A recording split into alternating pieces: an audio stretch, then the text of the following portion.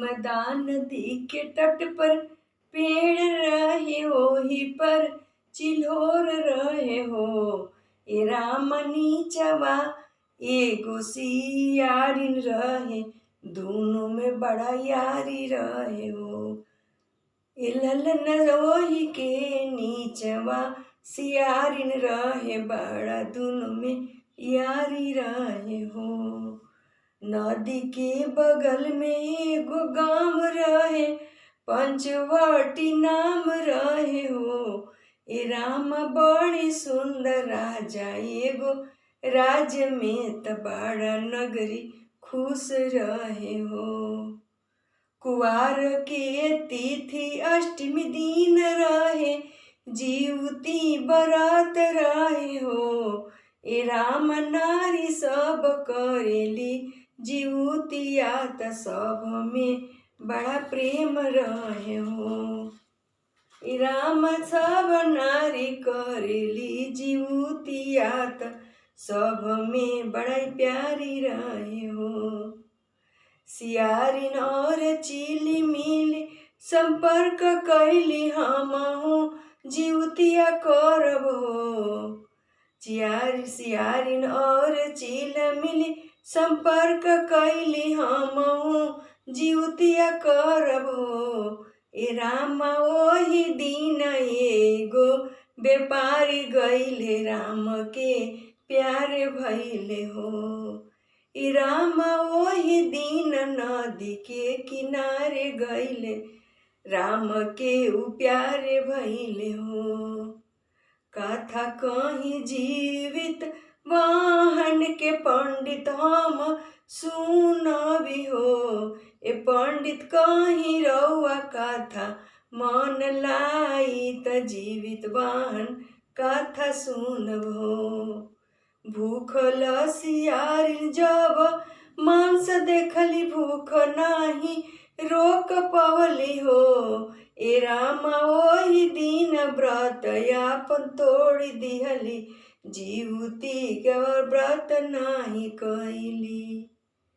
अपना कथा कही जीवित वाहन के दिल से सुनावले पंडित जी हो। ए राम चिन्ह आपन व्रत के निभावली, त व्रत के पुरवली हो। ए राम चिन्ह आपन व्रत के निभावली, त व्रत के पुरवली हो। ए राम दूसरे जन्म में दोनों बहिनी भैली, ब्राह्मण कुल के जन्म लेली हो। ए राम दूसरे जन्म में दोनों बहिनी भैली, ब्राह्मण कुल में जन्म लेली हो।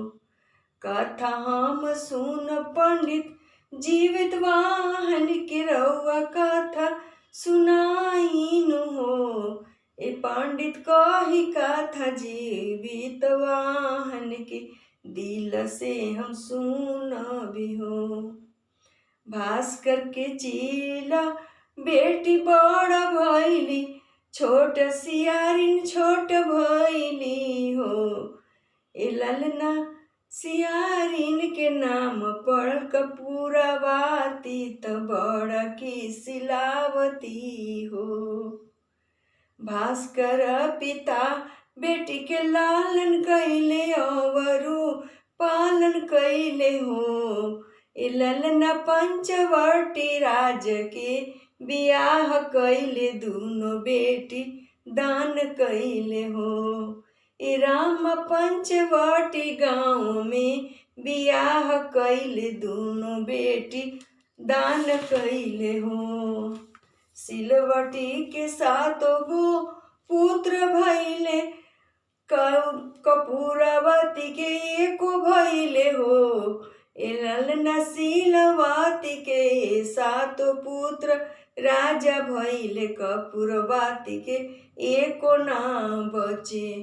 ए लाला सिलवती के सात पुत्र भैले, सातों राजा भैले हो। ए राम कपूरावती के बालक भैले, एकहु न बाचिल हो। कपूरावाती सातों के सिर कटवावली, कपड़ा ओढ़ाई देली हो।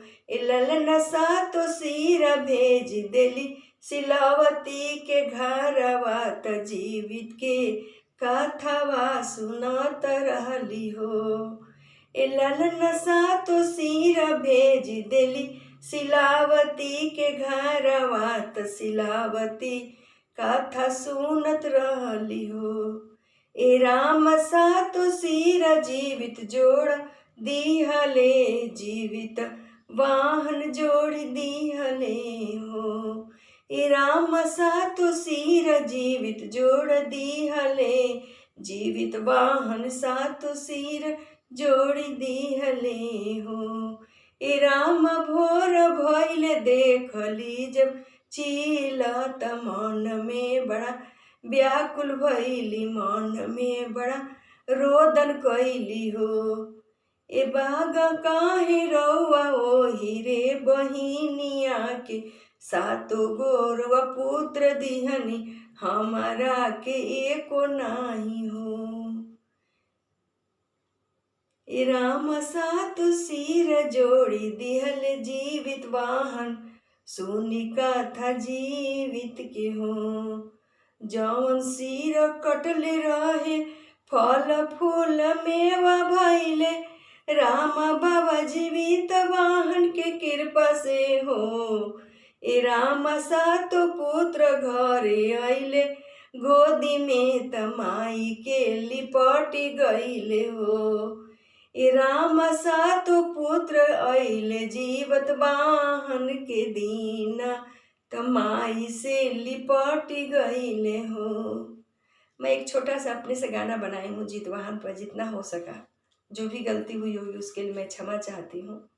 और आप लोग को अगर मेरे गाना पसंद आ रहा है, थोड़ा भी उसमें प्यार अपना दिखाइए, लाइक और शेयर सब्सक्राइब जरूर कीजिए, ये आपसे प्रार्थना है। और मैं कोशिश करूँगी कि इस गीत को आगे साल अगर जी गई धरती पर रही तो ज़रूर अच्छे से गाऊँगी।